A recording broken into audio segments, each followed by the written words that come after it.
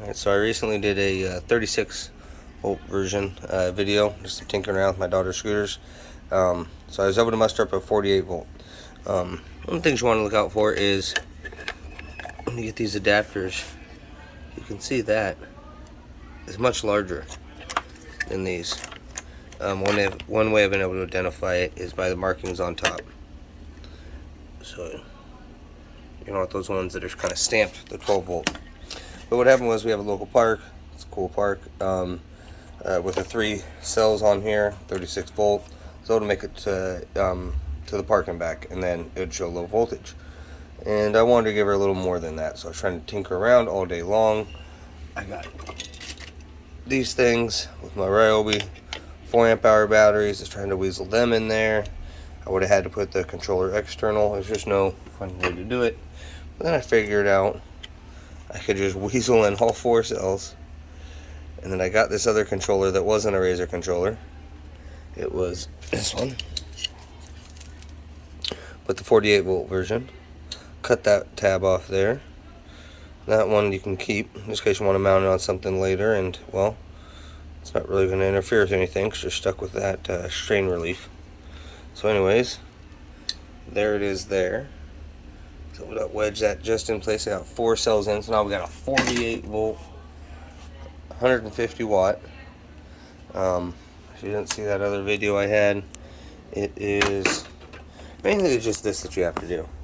You have to bore out 2 of the holes a little bit bigger. You're going to have a much wider diameter. It's going to slide over. So in order to get it to grip well, you're going to have to put on some washers. I had to gap it a little bit. You see that washer in there? Boop.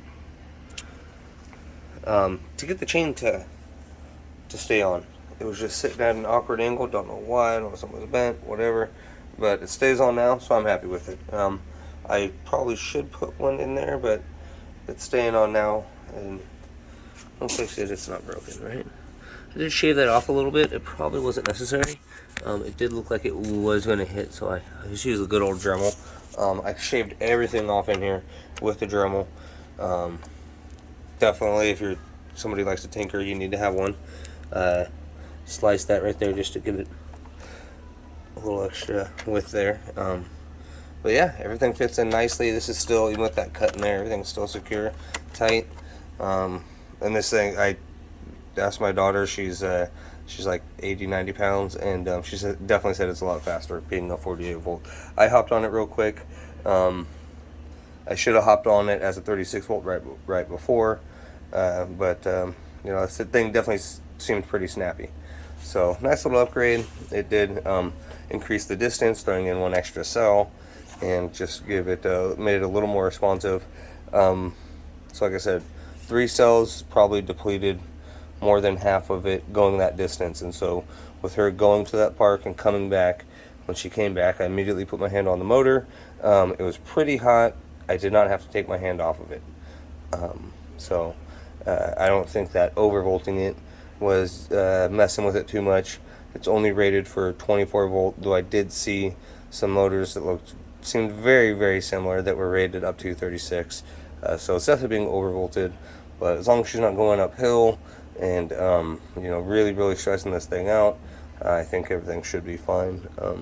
Yeah, little Milwaukee M12 upgrade for the kids Raider scooter, increasing the distance and the speed. Hope you enjoyed the video. Simple Amazon controller, Amazon throttle. You can get one that requires a key. And I eliminated the brake kill switch on here. Normally there's a wire that will go to the brake. The way these are, they're opposite, right? So normally when you would hit the brake, it would close it. It would close the circuit. With this one, with the original Razer, when you hit the brake, it opens the circuit. So if there was ever a problem with the wiring, something happened, got disconnected, the system wouldn't work. It thought the brake was on. That's a little safety feature that Razer has on these scooters for the kids. So I was able to bypass that by just putting on a little toggle switch. And it's just a secondary kill switch. There's another kill switch right here. So 2 switches on there. I could easily put in a little relay right there with a beeper. They're like $15 on Amazon as well, and that'll give her like a secondary lock or a third lock. But most kids wouldn't think to hit both the switches, or the other switch is a big red switch on the here, so on the other side. So if somebody's trying to like do a quick grab it, or quick smash and grab it, I think you're good. Yep, good luck to you out there. These connectors are awesome. You need to throw a little bit of tape on there, or some spray electrical tape. Not worried about that because there's no power coming in that end. Yeah, quick little upgrade. I think everybody will enjoy it.